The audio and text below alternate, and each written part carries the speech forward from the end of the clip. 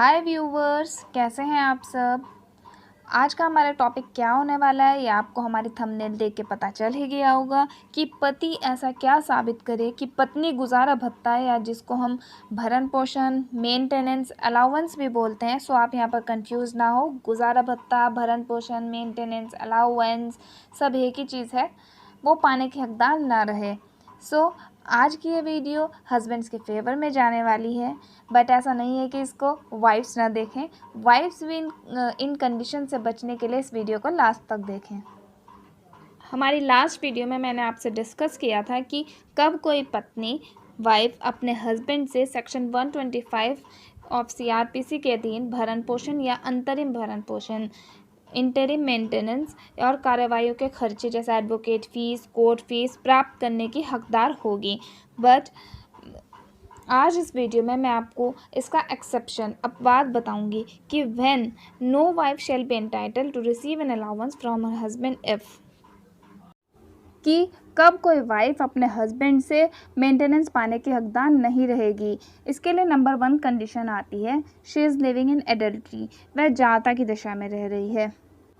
Adultery को मैं divorce की वीडियो में भी डिस्कस कर चुकी हूँ, बट फिर भी जिन लोगों ने मेरी वो वीडियो नहीं देखी उनके लिए एडल्ट्री होता है शादी के बाहर का संबंध। शादी के बाहर के संबंध को हम एडल्ट्री बोलते हैं, जारता बोलते हैं। अगर वाइफ का अपनी शादी के बाहर अपने हस्बैंड से अलग बाहर किसी और से कोई संबंध है, कोई रिलेशन है, सो उसको बोलते हैं कि she is living in adultery, वो एडल्ट्री में रह रही है।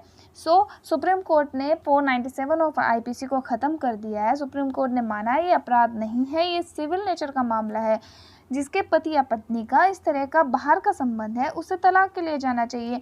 सो एडल्ट्री अब एक डाइवोर्स का ग्राउंड है, बट हस्बैंड इस बेसिस पे अपने वाइफ से एडल्ट्री के बेसिस पे डाइवोर्स ले सकता है, बट उसको मेंटेनेंस देने का हकदार नहीं है।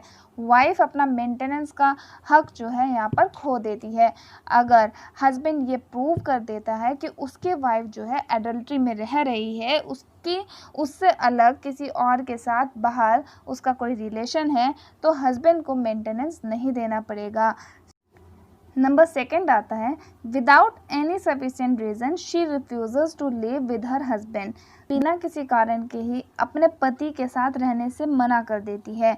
कोई कारण नहीं है कि मैं इस बेसिस पे अपने हस्बैंड के साथ नहीं रह सकती, बिना किसी कारण के ही वो मना कर देती है कि मैं अब अपने हस्बैंड के साथ नहीं रह सकती।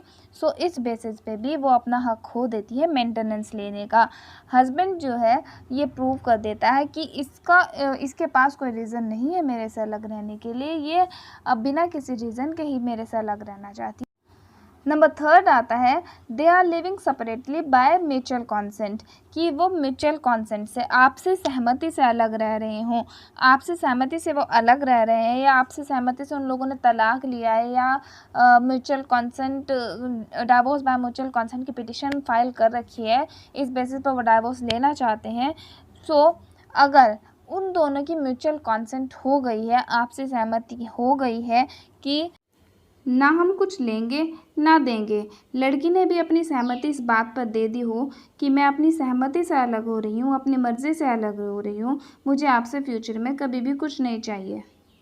अगर बाद में वाइफ जो है मेंटेनेंस का केस हस्बैंड पे करती है, तो हस्बैंड जो है कोर्ट को पेपर्स दिखा सकता है, क्योंकि पेपर्स तो साइन हुए ही होंगे। अगर म्यूचुअल कॉन्सेंट से आप एग्री हुए हैं तो वो पेपर्स दिखा सकता है कोर्ट को, और उससे प्रूव कर सकता है कि हम लोगों के बीच म्यूचुअल कॉन्सेंट हुई थी, आपसी सहमति हुई थी कि मेंटेनेंस जो है एक दूसरे से ना तो लेंगे ना तो देंगे, आपस में हो चुकी थी। तो इस बेसिस पे भी जो वाइफ है वो अपना हक खो देती है मेंटेनेंस लेने का बाद में। अगर हस्बैंड जो है ये प्रूव कर देता है कि म्यूचुअली एग्रीड आपस में हो गए थे कि मेंटेनेंस नहीं देना पड़ेगा, सो इस बेसिस पे भी हस्बैंड के फेवर में ही जजमेंट आ सकता है।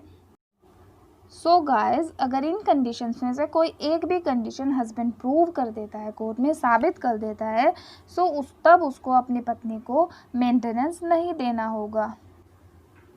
अगर अब भी कोई माइंड में कंफ्यूजन हो या कोई क्वेश्चन आ रहा हो, आप मुझे कमेंट बॉक्स में कमेंट करके मेरे से पूछ सकते हैं, मैं आपके क्वेश्चन का आंसर ज़रूर दूंगी।